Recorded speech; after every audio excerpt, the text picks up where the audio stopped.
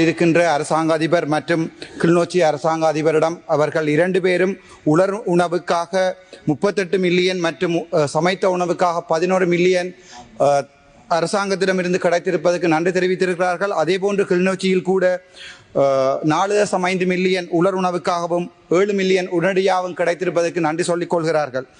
ஆனால் மக்கள் ஒன்றை தெளிவாக புரிந்து கொள்ள வேண்டும். வடக்கு கிழக்கு என்பது நவம்பர் மாதம் மாவீரர்களுடைய மாதம். எப்போதுமே மாவீரருடைய மாதத்தில் மண்ணை நினைக்கும் மழை எப்போதுமே பெய்யும் என்பதை தாங்கள் தெளிவாக புரிந்து கொள்ள வேண்டும். இம்முறை எமது வலியை புரிந்து கொள்வதற்கும் உங்களுக்கு சொல்வதற்கும் அந்த மழை சற்று அதிகமாகவே பெய்திருக்கிறது. அதனால் எங்களுடைய பாதிப்புகளை நான் நேரில் சென்று 28ஆம் தேதியிலிருந்து பார்வையிட்டேன். அங்கே எனது சக நண்பர் இளங்குமரன் மற்றும் எங்களுடைய மதிப்புக்குரிய அமைச்சர் அவர்கள் தங்களுடைய பணியை செவனே செய்து கொண்டிருந்தார்கள். அதற்கு மேலதிகமாக என்னால் முடிந்தவற்றை நான் அங்கே செய்திருக்கிறேன். முக்கியமாக இந்த நிமிடத்தில் நான் ஒன்றை சொல்ல வேண்டும். டயஸ்போரா எனப்படுவதை நாங்கள் பிழையாகவே எப்போதுமே கருதி கொள்கிறோம்.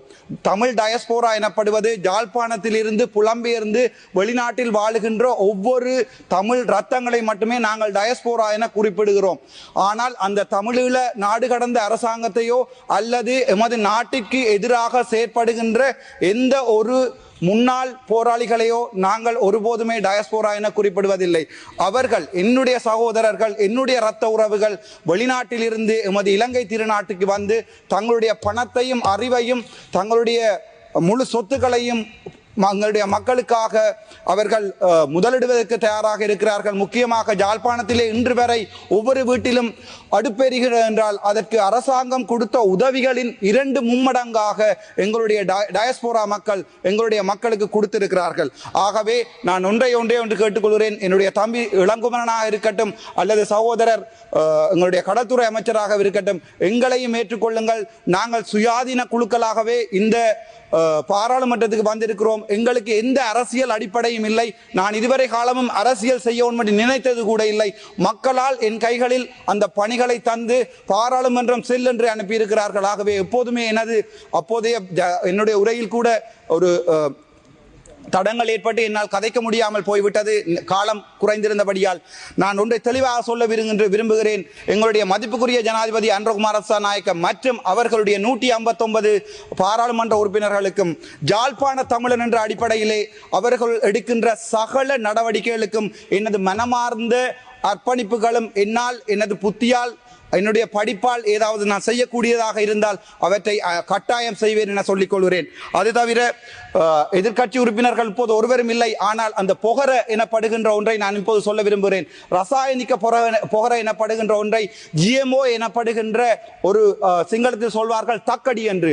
அதாவது ஒரு நாட்டுக்கு எதிரான ஒரு குழுமம் கொண்டு வந்ததால் தான் எங்களுடைய நாடு நாசமாக போய் அப்படியான ஒரு அரசாங்கத்தில் இருப்பவர்கள் இப்போது ஏக்கருக்கு 40,000 ஒதுக்குவதை பற்றி கதைப்பது மிகவும் வேடிக்கையானது. உங்களுக்கு நன்றாகவே தெரியும். பதனி எனப்படுகிற வைத்தியர் தமது வைத்திய தொல்லை தாண்டி ரசாயனிக புகரை எனப்படுகின்ற தலையங்கத்தை எடுத்ததால் இந்த பிரச்சனை வந்திருந்தது.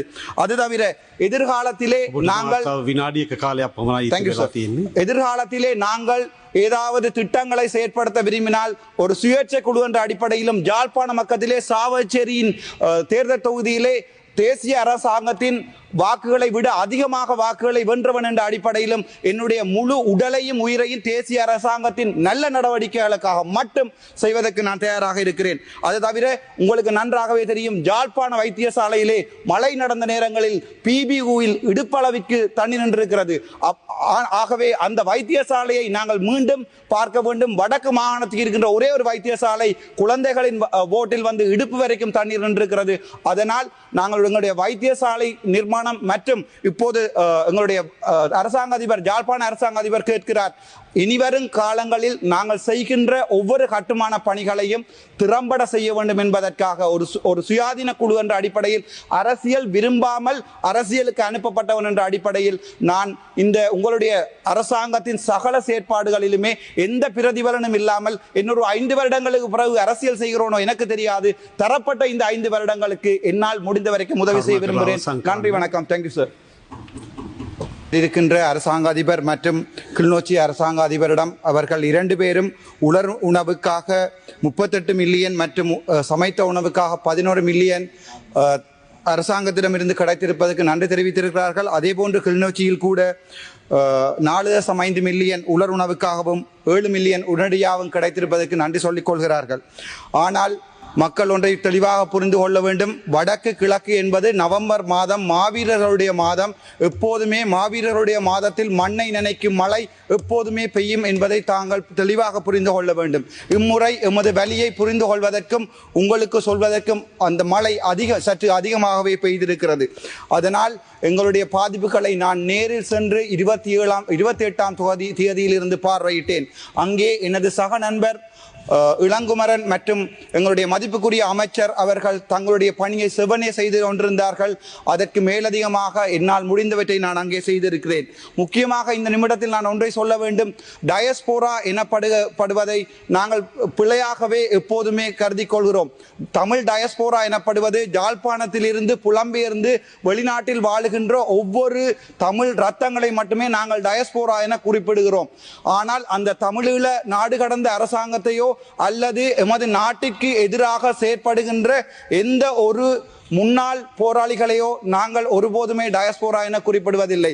அவர்கள் என்னுடைய சகோதரர்கள், என்னுடைய இரத்த உறவுகள் வெளிநாட்டில் இருந்து எமது இலங்கை திருநாட்டுக்கு வந்து தங்களுடைய பணத்தையும் அறிவையும் தங்களுடைய முழு சொத்துக்களையும் எங்களுடைய மக்களுக்காக அவர்கள் முதலிடுவதற்கு தயாராக இருக்கிறார்கள். முக்கியமாக யாழ்ப்பாணத்திலே இன்று வரை ஒவ்வொரு வீட்டிலும் அடுப்பெறுகிறது என்றால் அதற்கு அரசாங்கம் கொடுத்த உதவிகளின் 2 மும்மடங்காக எங்களுடைய டயஸ்போரா மக்கள் எங்களுடைய மக்களுக்கு கொடுத்திருக்கிறார்கள். ஆகவே நான் ஒன்றை கேட்டுக்கொள்கிறேன். என்னுடைய தம்பி இளங்குமரனாக இருக்கட்டும் அல்லது சகோதரர் எங்களுடைய கடற்துறை அமைச்சராக இருக்கட்டும், எங்களையும் ஏற்றுக்கொள்ளுங்கள். நாங்கள் சுயாதீன குழுக்களாகவே இந்த பாராளுமன்றத்துக்கு வந்திருக்கிறோம். எங்களுக்கு எந்த அரசியல் அடிப்படையும் இல்லை. நான் இதுவரை காலமும் அரசியல் செய்ய ஒன்று நினைத்தது கூட இல்லை. மக்களால் என் கைகளில் அந்த பணிகளை தந்து பாராளுமன்றம் செல் என்று அனுப்பியிருக்கிறார்கள். ஆகவே எப்போதுமே என்னுடைய உரையில் கூட ஒரு தடங்கள் ஏற்பட்டு என்னால் கதைக்க முடியாமல் போய்விட்டது, காலம் குறைந்திருந்தபடியால்.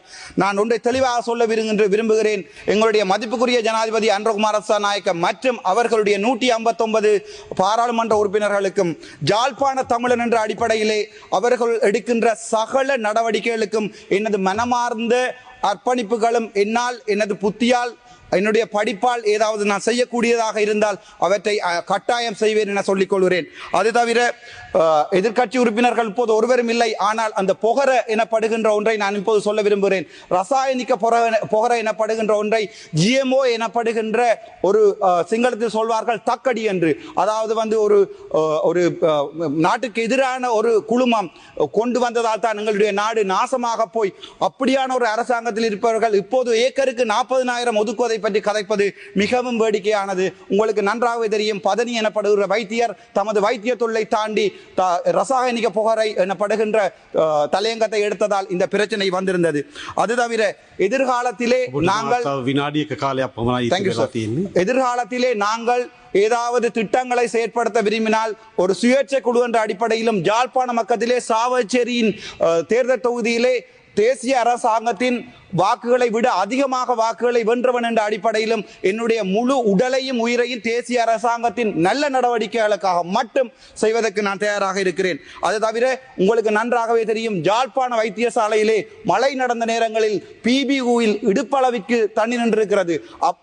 ஆகவே அந்த வைத்தியசாலையை நாங்கள் மீண்டும் பார்க்க வேண்டும். வடக்கு மாகாணத்துக்கு இருக்கின்ற ஒரே ஒரு வைத்தியசாலை குழந்தைகளின் ஓட்டில் இடுப்பு வரைக்கும் தண்ணீர் நின்றிருக்கிறது.